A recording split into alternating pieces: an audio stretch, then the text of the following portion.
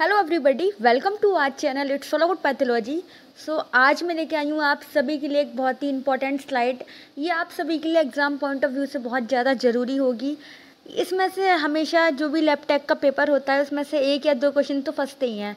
सो आप इस स्लाइड को अच्छे से याद करके जाइए, रिवीजन करना है बार बार, और उम्मीद है कि आप जो भी लैब टेक का पेपर देने जा रहे हैं उसमें से आपके एक या दो क्वेश्चन इस स्लाइड में से ज़रूर फंसने वाले हैं। तो चलिए हम बात कर लेते हैं। सो बेसिकली इस स्लाइड में हम बात करेंगे सभी टाइप के हेपेटाइटिस के बारे में।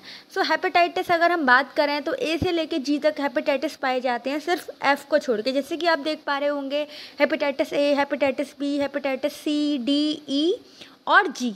एफ नहीं पाया जाता। तो आसान तरीका ये है कि ए से लेके जी तक पाए जाते हैं लेकिन एफ नहीं पाया जाता। वहीं पे हम बात करें नॉमेनक्लेचर की, तो नॉमेनक्लेचर में अगर आप इनको आपको याद करना पड़ेगा। अगर आपके पास कोई ट्रिक है तो आप उसको बनाकर याद कर सकते हैं, ट्रिक को याद कर सकते हैं, बना के कर सकते हैं। बट अभी मेरे पास कोई ट्रिक नहीं है, तो बेसिकली यहाँ पे हम आसानी से जो है पिकॉर्ना करके, और देखिए आप देखेंगे कि पिकॉर्ना जो है नेविरेट, ये जो है पीछे जो इसका सबका सेम है, बस हमको आगे का याद करना है। जैसे कि हेपेटाइटिस डी का जो है डेल्ट्रा, और हेपेटाइटिस सी का फ्लैबी, हेपेटाइटिस बी का हेपडना, ये सब आप जो है याद कर सकते हैं। हेपेटाइटिस ई का है ना हेपेरी।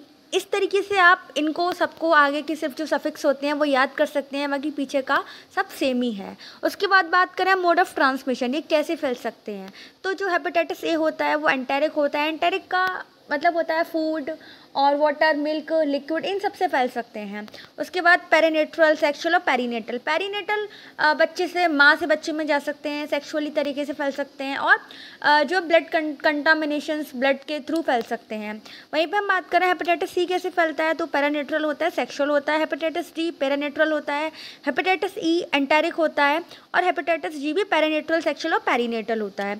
सो यहाँ पे अगर हम याद करने के लिए देखें सिर्फ, तो हेपेटाइटिस ए और हेपेटाइटिस ई ये दोनों एंटेरिक होते हैं, बाकी सब पेरीनेटल, सेक्सुअल और पेरीनेट्रल होता है। वहीं पे हम बात करें एंटीजन की, तो ब्लड में इसके जो एंटीजन होते हैं वो मतलब कौन कौन से पाए जाते हैं।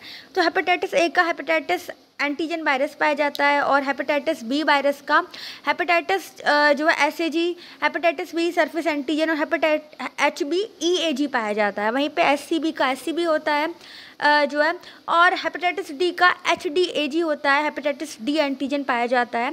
और वहाँ पे हम बात करें कि जो एचजीवी वायरस होता है, हेपेटाइटिस जी वायरस होता है, उसका कोई भी एंटीजन नहीं होता ब्लड में।